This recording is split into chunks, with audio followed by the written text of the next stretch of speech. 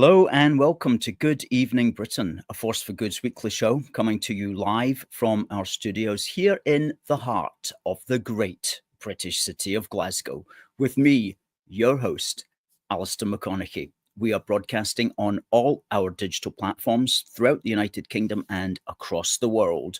We're bringing you quality, pro-UK comment and analysis every Wednesday from 7 until 8 p.m. on Facebook, on YouTube, on X, and on TikTok. Folks, please do send us your greetings. Please do send us your comments.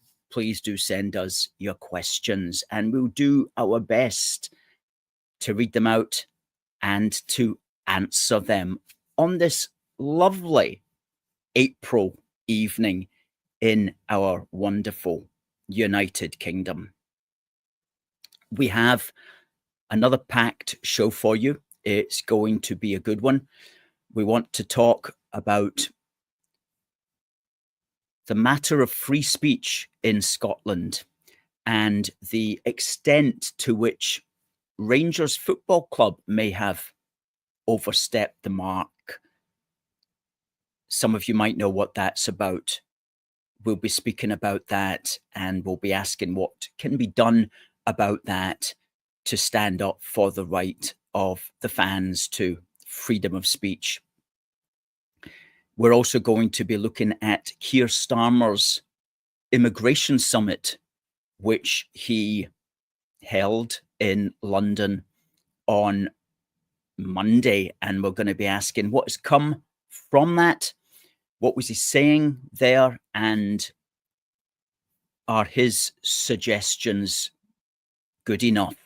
And if they're not good enough, what should we do instead? And you know, here at A Force for Good, we've always got a lot to say on that particular matter, and a lot of clear, concise, comprehensive policy suggestions to deal with the very issues that Mr. Starmer was concerned about on Monday. So we'll be getting into that as well.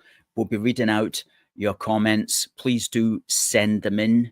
We love to hear from you. We love to hear what your opinion is on all of these matters and what your policy suggestions as well might be.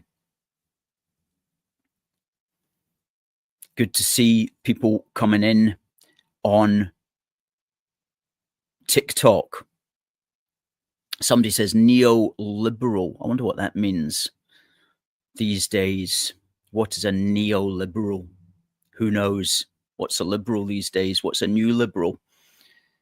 Indeed, is any good actually served by these phrases? Neoliberal, neoconservative. What do all these things actually mean at the end of the day? But Jimmy, do tell us what you mean in your view by that phrase and to whom you are referring. Keir Starmer, maybe that's the man that you're referring to as the neoliberal. He is a bit of a globalist, I suppose, would be the expression I would use. Somebody who his natural tendency is to put the world before his country. And there's so many people in Parliament like that. So many people who get elected to the British Parliament or even to Holyrood, but it's clear they actually put the interests of foreign nations and foreign peoples before themselves, especially if those foreign peoples happen to be coming across the English Channel in a dinghy. They are put at number one on the list for people like Maggie Chapman, who we'll get to earlier, who might actually be the new leader of the Greens. I don't know if you've noticed, not that anybody really cares too much, but Patrick Harvey is standing down as the co-leader of the Greens this summer, and there's going to be an election for a new co-leader Lorna Slater is the other leader. And so Patrick Harvey is going to give up the role of co-leader, which he's held since 2008. A considerably long time that guy has been in Parliament messing up Scotland.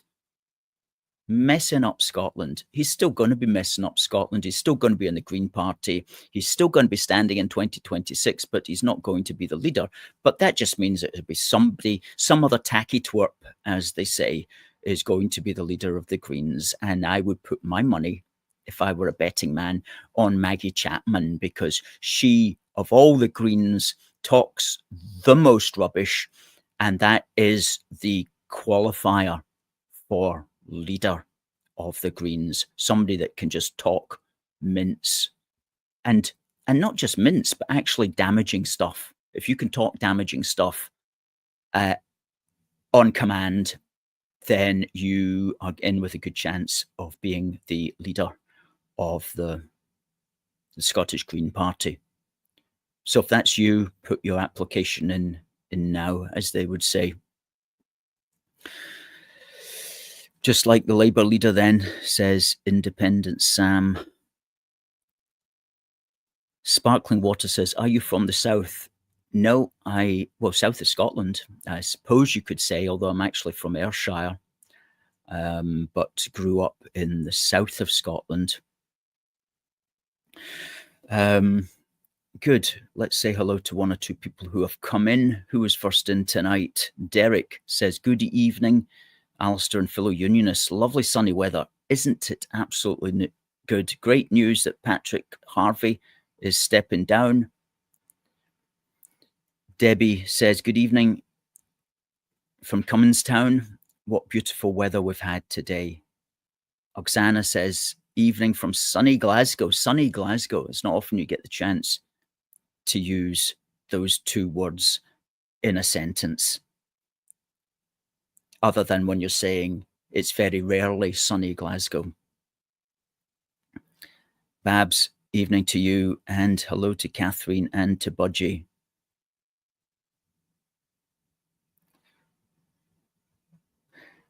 Catherine says that she watched Keir Starmer, the flipping everyone harmer. He was disgraceful.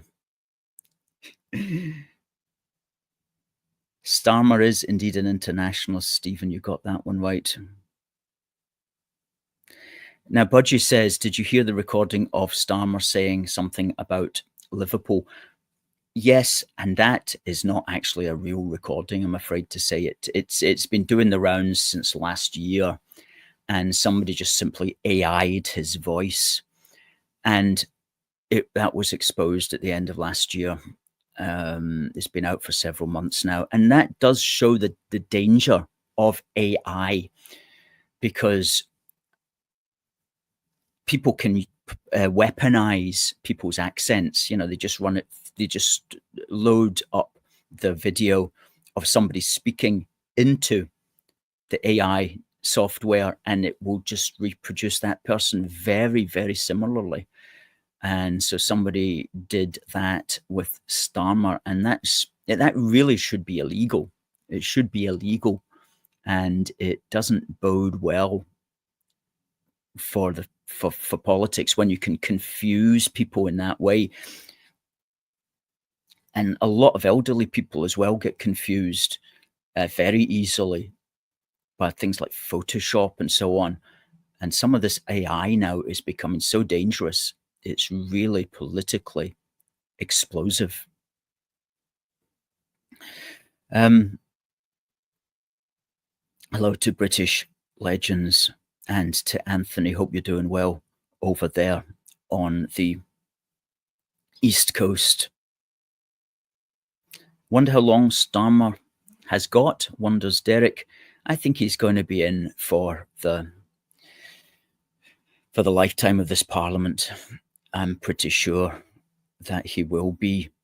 Now, let's get talking about the first story that I wanted to talk about tonight, which was a story that goes back to a football match that was held Thursday, the 13th of March, It was Rangers versus this foreign team, right? Called, I'm going to say Fenerbahce. I don't know if that's how you pronounce it or not.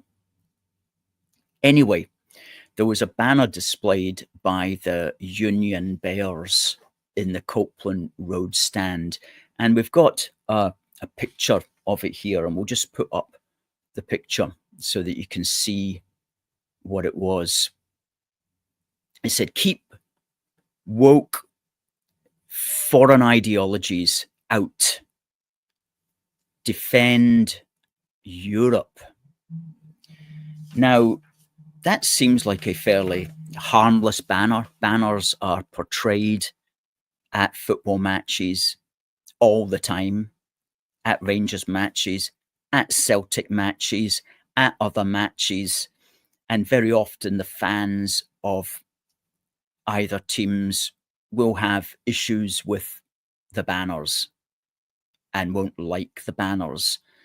And they might have good reason not to like the banners as well. However, the banners are up there, and lately the banners have had to conform, of course, with all the carry-on, all the laws that we have in this country against various things such as racial and sectarian matters. And there's also UEFA as well, who are able to basically what's the word? Essentially police these things. Now, I'm trying to find the Rangers statement. I thought I had it ready to go there, but I don't. So if you just bear with me, please, while I find the statement that Rangers Football Club made on this particular matter. And I'm not happy with it. I wouldn't be happy if it was any football team, because I'm not saying that I'm coming out on one side or the other. Here we are, club statement. Let me bring this up.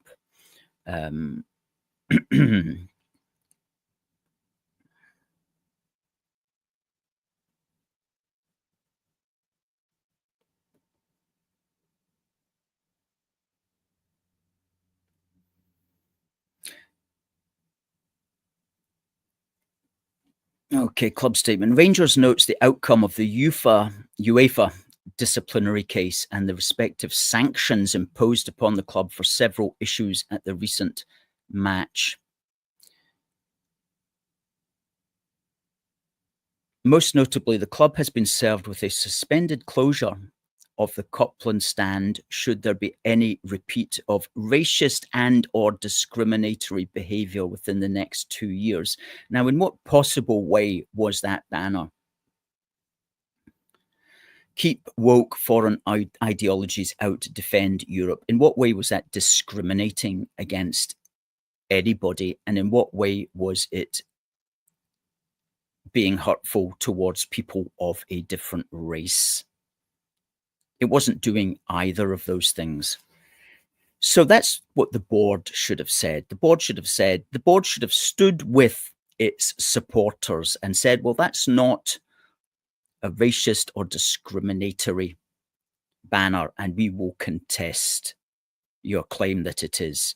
But no, the board has gone along with it, and they've gone, this punishment must serve as a severe and significant reminder to the small minority of supporters who bring the name of Rangers into disrepute. Any repeat of any discriminatory behaviour may result in the famed Rangers end of our home being closed for a UEFA match. So they've just bowed down to this. They've bowed down to this. And here they go again, doubling down. In response to the displaying of the racist and or discriminatory banner at the game, the club can confirm that it is in the process of issuing lifetime bans to the individuals responsible. Now, that is an absolute disgrace, because that club knows that the people in that particular end of the stadium are Rangers mad. They love the game of football, and they're all just young blokes as well. And so issuing a lifetime ban to somebody who's probably 18 years old is almost cruelty. And it's totally unacceptable behavior that they should do something like that, especially for a banner that is not discriminatory and is not racist. And if you don't believe me, let's have a look at the banner again. Let's put it up again. What all did it say? Keep woke foreign ideologies out, defend Europe. Now, that woke foreign ideology could be referring to the American import known as woke. So it's maybe talking about woke in that sense. Defend Europe, well, defend Europe from those sorts of ideologies which might hurt Europe. There's nothing there having a go at people because of their race or religion or discriminating against them. Okay, so absolutely, totally absurd. Now, there is hope. Okay, there is hope because there is an organization in the UK called the Free Speech Union. And I should just say that we're not associated with the Free Speech Union. And what we're about to say is being said without the knowledge of the Free Speech Union. But we are going to recommend that if you are one of these people, or if you know somebody who may be facing severe sanctions, such as a lifetime ban for being involved with that banner, then please do put them in touch with the Free Speech Union, because the Free Speech Union has gone out on Twitter and it has said that it will advise anybody who is in any way being attacked in that manner. Okay, so let me just see if I can bring up the Free Speech Union's tweet on this matter.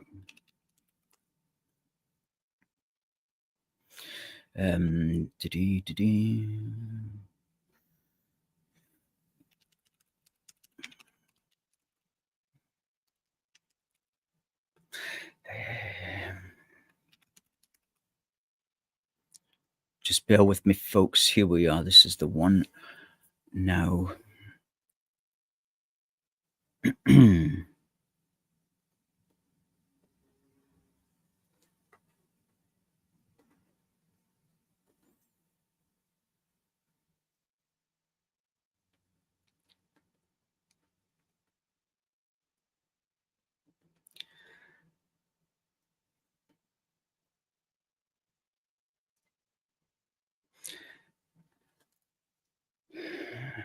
Okay, that's one of them anyway.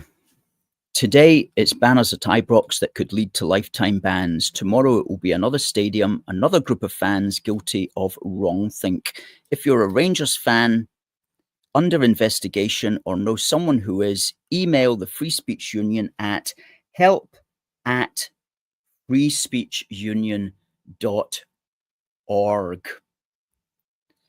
help@freespeechunion.org. Okay, that's the there it is there, help@freespeechunion.org. If you know somebody or if you are involved, that group will be able to advise you on what you can do, because you have to win this one. You cannot be an 18-year-old lad facing a lifetime ban from the stadium of your favorite football club. It's totally unacceptable. That this is Scotland in 2025. That sort of attitude has to go. And I looked at the board, right? I looked at the pictures of the people who are on the board, and these are just businessmen. And they're responsible. They're responsible, basically, for trying to attack young fellows whose main interest in life is football. No way, man. No way. That's just not acceptable. Not acceptable. So please don't give in don't give in. You've got a right within the law to have free speech. Nothing on that banner was illegal. And you want to be able to have somebody that can fight your case. And as far as I can see, the Free Speech Union is offering to fight your case. They've made a couple of posts now on X about this, asking for people who are involved to contact them. So please do consider that, folks. Okay. Excellent.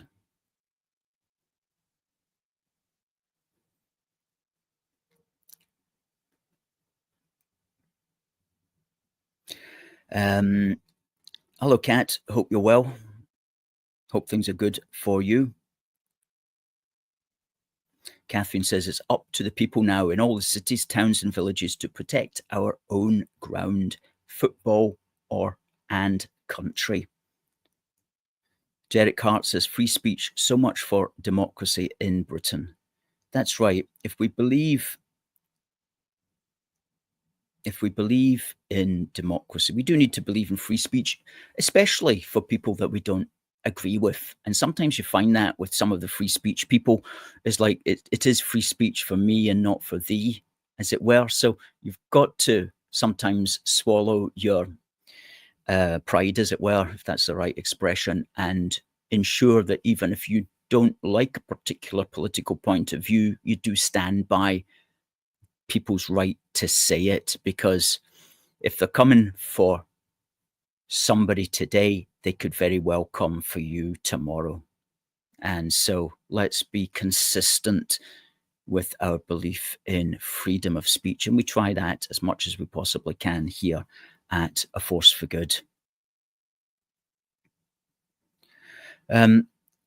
Paul says it was 43 years ago today that the Argentines attacked the Falklands. Was it today? There you go. Some of us remember that. It's been a lot of water under the bridge in Britain since then. Goodness me.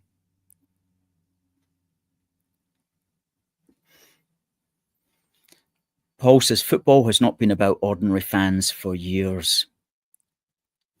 That's true. And one thing is that football is also a method of state control. You can see the way that the state exercises control through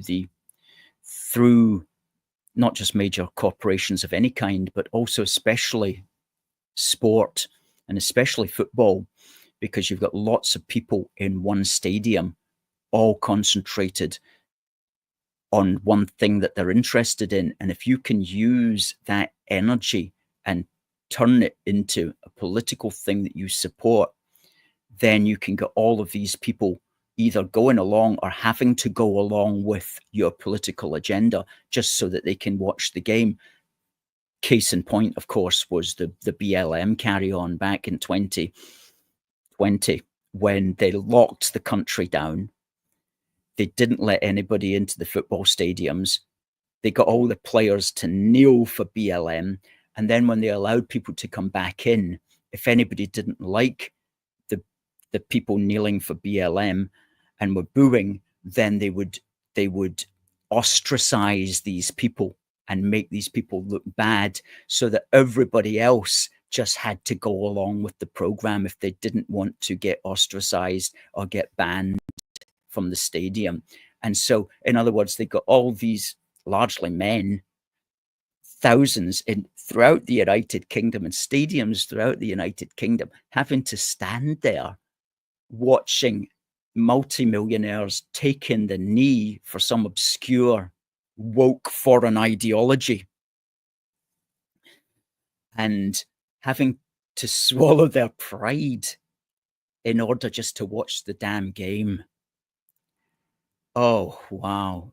The power of control that the state can operate upon us is really quite remarkable.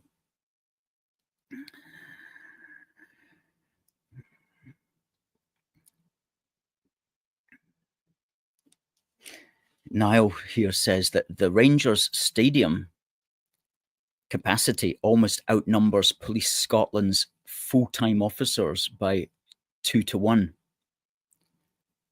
Interesting point.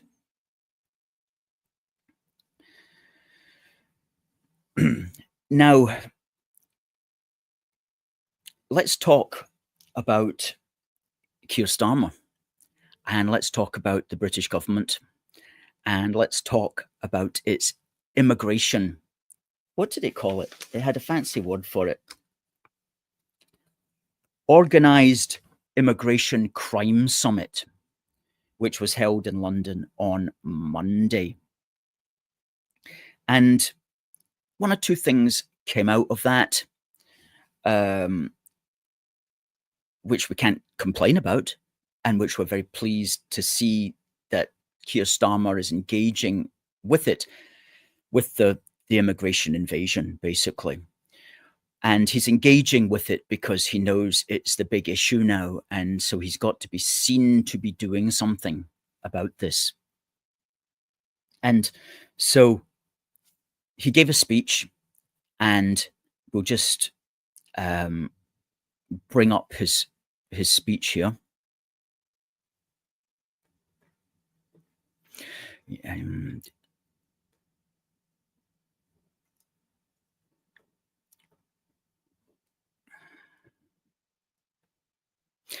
The PM's remarks at the Organised Immigration,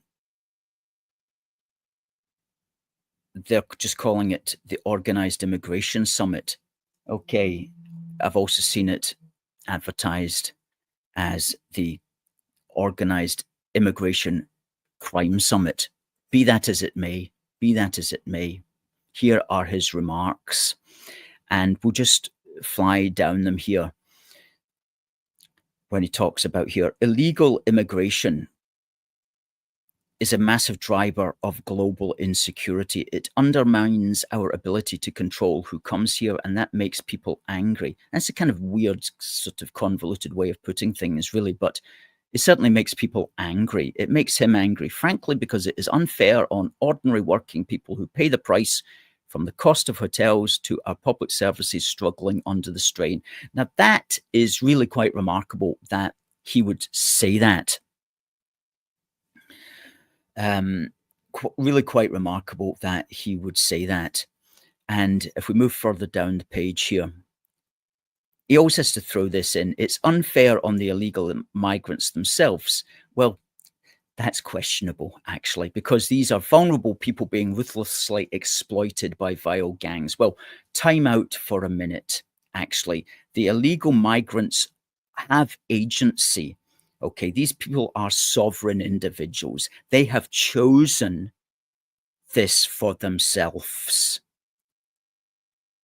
for the most part, unless they're being trafficked against their will, which most of them are not, then they are not vulnerable people being ruthlessly exploited. They are people with agency choosing to make the journey to the United Kingdom for the benefits that will accrue when they are in the United Kingdom. Okay, so he's framed that wrongly.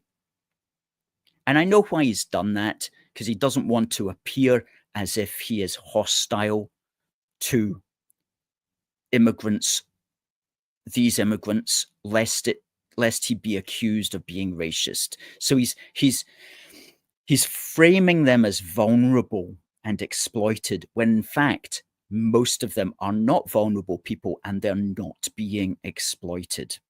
They are choosing to do this on their own free will. And when we start to understand it in that sense, then we can get closer to the proper answers. Because if you're not properly identifying what the people are themselves, then you're not going to be able to deal with them appropriately. If you really do think that they're all vulnerable people, if you really do think that they're all ruthlessly exploited, then I'm afraid you're going to come up with policy solutions that will not stop the flow. You have to see these people as people with agency, as sovereign, self-determining individuals doing something because they want to do it. only then will you start to get to the proper solution, which I'll come up with in a moment. Blah, blah, blah. He goes on and on and on here. And he is, I'm trying to find some solutions that he was coming up with. Apparently, he's been able to convince the French to be able to respond to small boats in shallow waters. He's using state-of-the-art surveillance technology.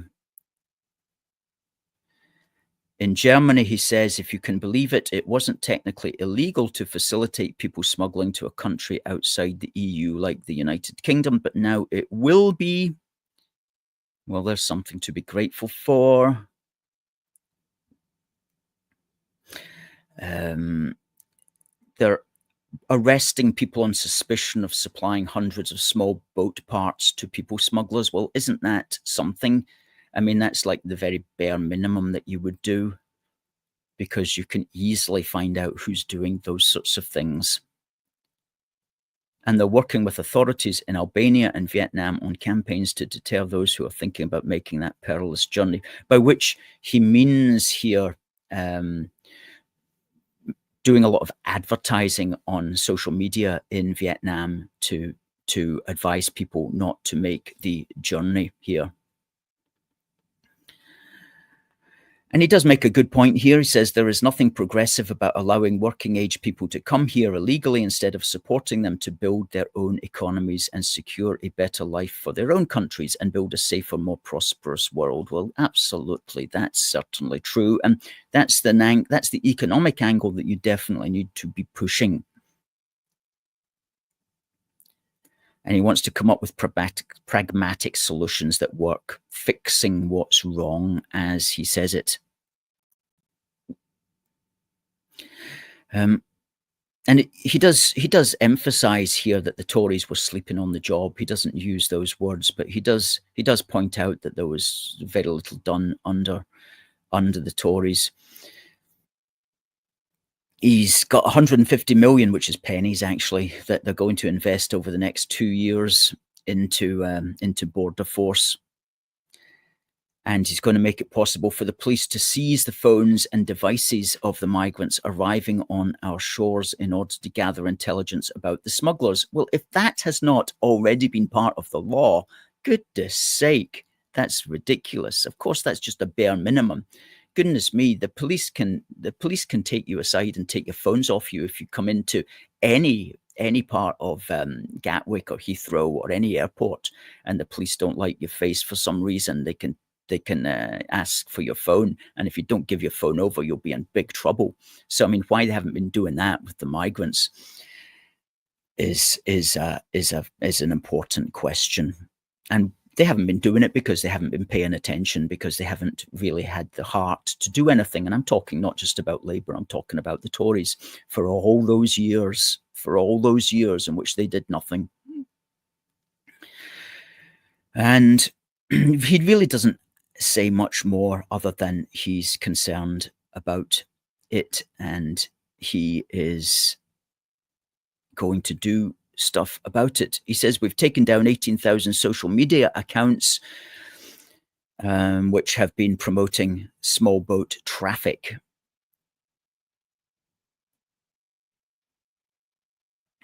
And I like this, though. It is good that they're announcing a new regime whereby they'll treat people smugglers like terrorists, freezing their assets and banning their travel. Again, these are bare minimum things that you should be doing. But here's the thing, and what else does he say? Anything important? Really? No. He ends, we will smash the gangs that undermine our security and deliver fairness for the working people we serve. Well, that's all very well, but here is the nub of the matter. And we all know here he's talking about the channel crossings. Now, the channel crossing, the people crossing the channel are doing so, and I know a lot of people don't want to hear this, but they're doing so legally, because under the UN Refugee Convention, they do have the legal right to claim asylum, even if they've come from France. case law will be argued to say that they do have the legal right, even if they come from France, to claim asylum. So he's facing a situation where he's looking at all these people coming over who are actually just exercising the legal right that Britain's membership of the UN Refugee Convention confers upon them. And for those smugglers who are not, or rather the people who are organizing the boats, for those of them who are not actually engaged in anything deliberately exploitative, they can simply just say, look, I just gave that dinghy to that person to help him cross the channel so that he could claim his legal right to asylum, which is his legal right under British law, so long as Britain remains within the UN Refugee Convention. And so Britain is stuck with all of these tens of thousands of people whom we have allowed into our country perfectly legally. Now, we are under the UN Refugee Convention. We have two options when they arrive at Dover. The only thing we are legally obliged to do is that under the convention, we cannot send them back to the country in which they claim they are unsafe. We cannot send them back to that country without an investigation which proves otherwise. That's the demand, that's the legal demand that we are under. We cannot send them back to the country from which they claim to be unsafe unless we can prove otherwise. A crazy legal trap, as it were, that we are in. So given that is our legal obligation, we have two options. We can listen to their claim for asylum. We can investigate it, and we can turn them down. They have a right to appeal, and we can turn them down again. And when we've done that, we can then send them back to that country. And that's a process which can take years. Or the other option that we have is we can say, we're not admitting your claim at all. We're not even going to hear to it.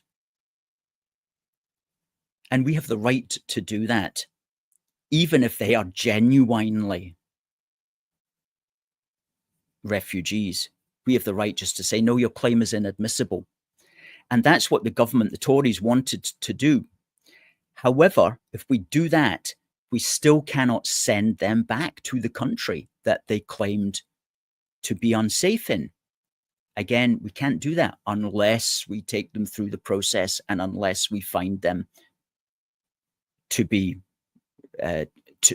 unfounded, unless we find their claim to be unfounded. So we either have to analyze it all and prove that they're not at risk, or we say we're not listening to it at all. But if we do that, we can't send them back. We still can't send them back. So that's where this concept of a safe third country comes in. That's the idea of sending them to the Balkans, sending them to Rwanda, sending them somewhere other than the country that they claim to be unsafe in. And that's a terrible trap that we are in. It's a terrible trap that we are in. And the only way out of it is to leave the UN Refugee Convention so that we are no longer subject to that legal trap. And so we can say, well, we're not accepting your claims for asylum. You have to go back, and we are going to deport you one way or the other. That's the only way we can do it, is to come out of the UN Refugee Convention so we are no longer subject to this onerous legal trap that we're in. And when we do that, when we come out of it, we'll be free to say to everybody, no, we're not admitting your claim.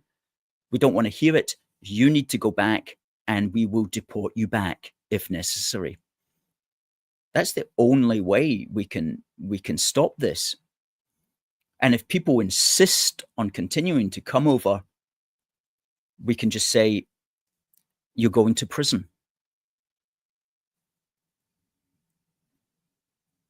And when we do that, which we'll be free to do when we leave the UN Refugee Convention, then it is going to stop.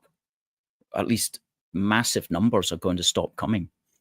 But so long as we're in the UN Refugee Convention and we have to go through all these convoluted processes, either years of investigation for each case or trying to find a safe third country to send people to, we're going to be completely overloaded with with all the people from the rest of the world who just want to come in. And I am thinking about all of this because I'm writing this. I'm writing this down. Now, we did write an article where we explained this. It's called Criminalizing the Crossers, Why We Need to Leave the UN Refugee Convention. It's going to be one of the chapters in our book. You'll find the link in the Facebook and YouTube and Twitter threads. But that's really what has to happen. And that's what we need to be hearing from Keir Starmer, is that we're leaving the UN Refugee Convention and we're setting up our own legal system, which is going to be far less onerous, which is not going to swamp us with these legal burdens that the UN Refugee Convention is swamping us with at the moment. Terrible, onerous legal burdens. I think that's the phrase.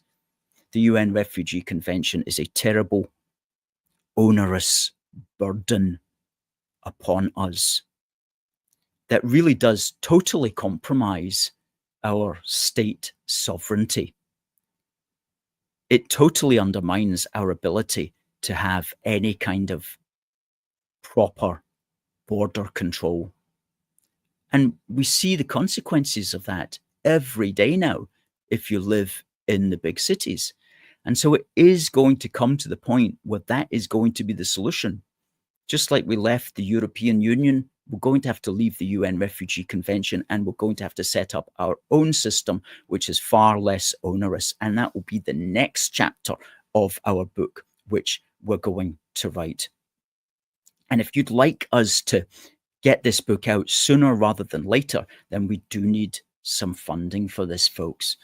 And so please do send in whatever you can, because our graphic designer and everybody else, researcher and so on, can't work for free. We do need some help on that. So please do send what you can to aforceforgood.uk/donate to. That will really help our work. Let's get the banner up there. There we go. aforceforgood.uk/donate to. That will help us get volume 2 of a big book for the union out. It's got a great title. I'm keeping the title a secret at the moment until we've got the funding in order for us to go straight to print, because I don't want anybody to nick the title in the interim. But as you know us, if we're good at one thing, it's clear, concise, comprehensive prose. Talking of which, there was a very good article that I discovered last night on Twitter by John Mappin. Now, John Mappin is the manager of Camelot Castle, which is a hotel outside the village of Tintagel in Cornwall. And we've got a wee video here of him. Now, what he did was he was approached by the government to rent his castle to the government for them to put so-called asylum seekers in. And he refused because he thought it would be very bad for the local economy. So It's just a minute video. Let's play that just now. You refused a request from the Home Office to house migrants. What did they offer you and why did you turn it down? Well, it was a considerable amount of money, Beverly. It was probably double what we would normally make on a good year, because they offered full occupancy on a rolling contract for a year. So how does that work? Somebody literally just picks up the phone to you, or do they send you a letter? They sent us a letter first. Right. And to be honest with you, I thought it was a joke. And well, because of the amount of money they were offering? Well, I just couldn't believe that the government wanted to put, you know, illegal migrants up in four-poster beds at Camelot Castle. I mean, it was absolutely remarkable. It would have destroyed the village because one of the things they said is to lay off all the staff, and all but two, because they do meals on wheels. You clean the rooms once a week. You're probably a big employer in the village. Well, a major employer in the village and locally, and of course those jobs in a village like Tintagel, they wouldn't be replaced. No. So, but also they would have stacked the place up with about 300 people, and you know, you then have those people wandering around the village. I don't know whether they intended to contain them or whether they would be allowed out and about. I know in other areas, certainly hotels in Newquay have had some serious problems because there were a few hotels that did take the migrants there. Very good. Well, congratulations to him. He must have been in a position where he didn't need to take the government's money, and they were going to book it out for the entire year, probably on a rolling contract. And they wanted to make all his employees redundant. And he said no.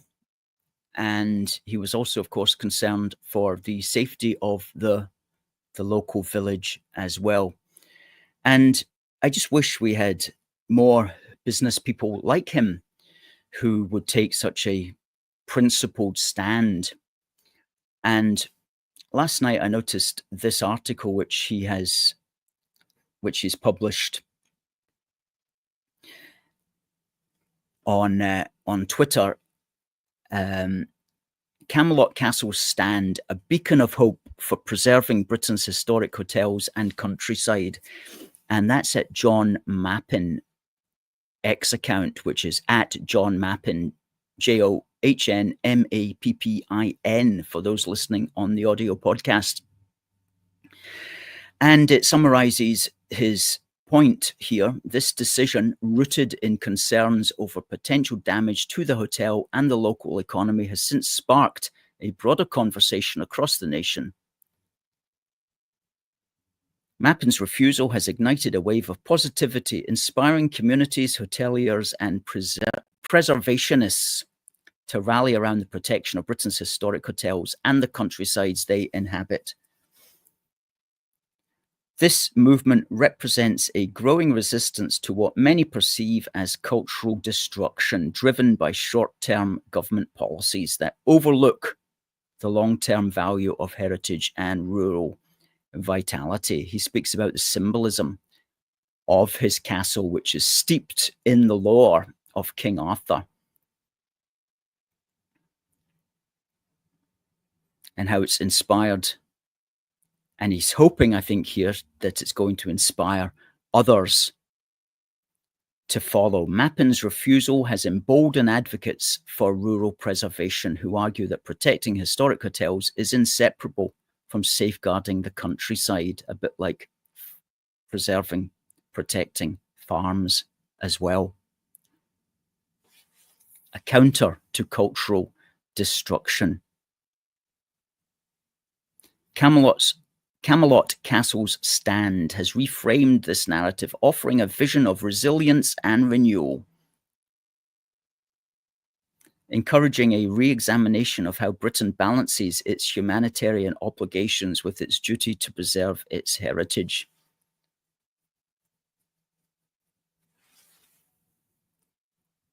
What's his conclusion here? Camelot Castle's refusal of the government's migrant money has transcended its immediate context and can become a catalyst for a nationwide movement. By standing firm, John Mappin has ignited a wave of positivity that has rallied Britain around the preservation of its historic hotels and the countryside they grace. This is not merely a rejection of one policy, but a broader affirmation of heritage, community, and the enduring value of place.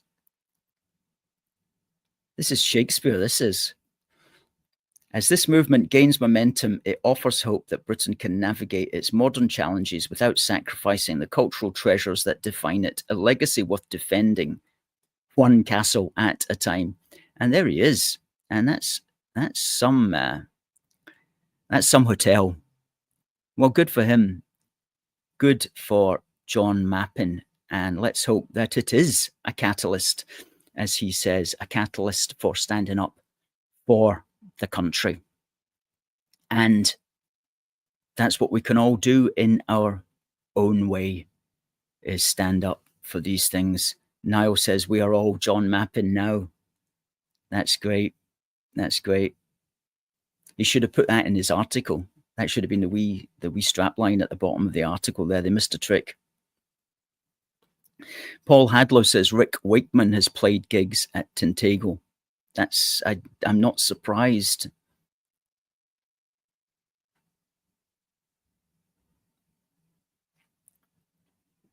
Wow, Niall says he just booked to stay at Camelot Castle.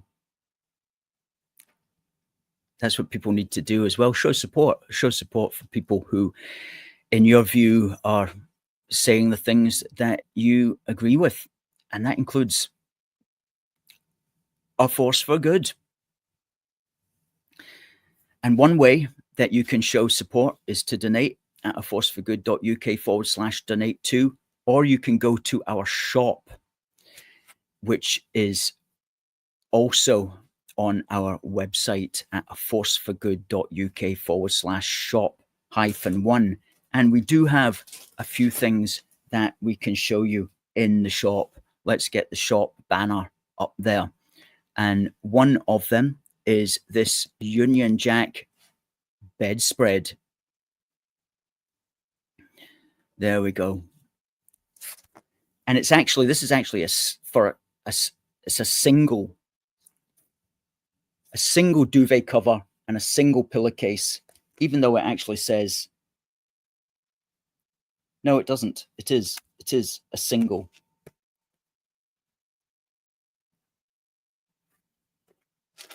We've also got another laptop bag. The last one we showed you had various London icons on it. This is simply the Union Jack with that kind of faded design on it. Weathered is the phrase. You'll get all these items at our shop. People have been talking about the wee badge here. It's got the words "A Force for Good" through it. Iconic. You'll get that at the shop as well. And of course, you'll also get our wee book for the Union. And if you want to support Volume 2 coming out, what better way than to buy Volume 1 if you don't already have it? One Big Country, a Big Book for the Union, Volume 1. The first in a series of books which celebrate, advocate, and educate. I'm going to say that again. The first in a series of books which celebrate, advocate, and educate on the Great British Union, otherwise known as the United Kingdom of Great Britain and Northern Ireland. This knowledge has been forged on the front line and honed in the heat of the action to defend, maintain, and promote our one big country. That's the quality that you're going to find in here, folks. So just go on to amazon.co.uk and search One Big Country, and this will be the first thing that you come up, written by myself, Alistair McConnachie. Lots of other things as well at our shop, because that's the way that we get, that's the petrol that gets put in our engine, or rather the oil that gets put in our engine, the petrol that gets put in our tank, all because of you buying the merchandise, folks. Thanks very much. Thanks very much for that. Let's look at some comments here.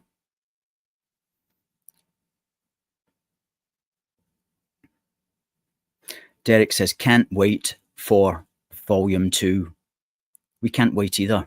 It's really good. But you know what, Derek, once we got into this, the degree in which our country has been entrapped in these international obligations is just astonishing. And the UN Refugee Convention really does take the biscuit. I mean, it was set up just after World War II when there was large movements of European people. And I don't know really what the people who were setting it up were thinking, but I can't imagine they thought that it would be so easy for the rest of the world to get to the richer parts of the world. And, or maybe they did, if you want to go down the conspiratorial angle. But if we're just presuming that there isn't, and if we're just presuming that all these clever minds didn't bother to think about the consequences, and maybe they didn't, because it was, after all, in 1951, it was really before jet engine travel became cheap enough for everybody in the world. It was before all the Middle East crisis had kicked off, which continues to be a huge driver of immigration as well. But that's another matter entirely. But before all of these things had happened, and nobody was thinking about 2025, but it's really no longer fit for purpose, and it has to go. And getting rid of it is going to be a battle, because there are so many entrenched interests, legal interests, NGOs, and charities, and they're all funded by, guess who? You and I, through our taxpayers' money. So we pay for our own destruction. It is really remarkable, but people are beginning to wake up. We're doing what we can. Everybody that's watching is doing what they can. And even Keir Starmer is beginning to make the right noises, probably against his better judgment, but he's beginning to make the right noises, and he's certainly annoying all the right people. And that's an important thing. When you see who's annoyed about what Keir Starmer's saying, and as we've said, he's not saying that much, but the NGOs, the MPs, the MSPs, they're all flabbergasted. They're all flabbergasted at what he's saying. And they're shocked that he's so right-wing and racist. Maggie Chapman called his conference out as well. Starmer asylum seeker comments branded racist by, guess who? Maggie Chapman, who is probably going to be the next co-leader of the Green Party. Complete nonsense. But this is what we're up against, folks. Hopefully we can begin to change things in 2026 as well, if we can get some sensible people into Holyrood and into the Senate.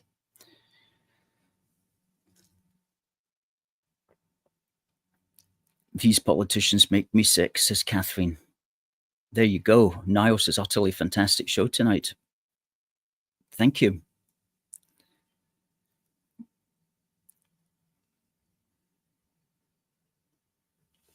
Budgie says, the people who rule the world plan in centuries. Where will we be 100 years from now? That is so true. It's like most people, most normal people, they just live day to day. But there are very rich people who have the ability just to sit about and think up devilment. And they definitely do plan in centuries. And what we see is the workings out of things that have been going on and on for years and years. And for example, one thing which I'm not going to get into because we're going to finish, but Iran, right? They've been wanting to bomb Iran all of this century. And they think that with Trump, they've got the chance to do it now. But this has been a plan that's 25, 30 years in operation, and it's coming slowly. God willing, that won't work out, but that's what they want to do anyway. But now, let's hope that never happens. Folks, it's been a blast. It's been a good show tonight. I want to thank everybody who has been commenting, and I want to just remind you that we will be back next week. And it just remains for me to say to everybody who's been watching, thanks for this. Please do share the show. Please give us a like. Please give us a follow. And until next week, God bless the United Kingdom and God save the King. See you next week.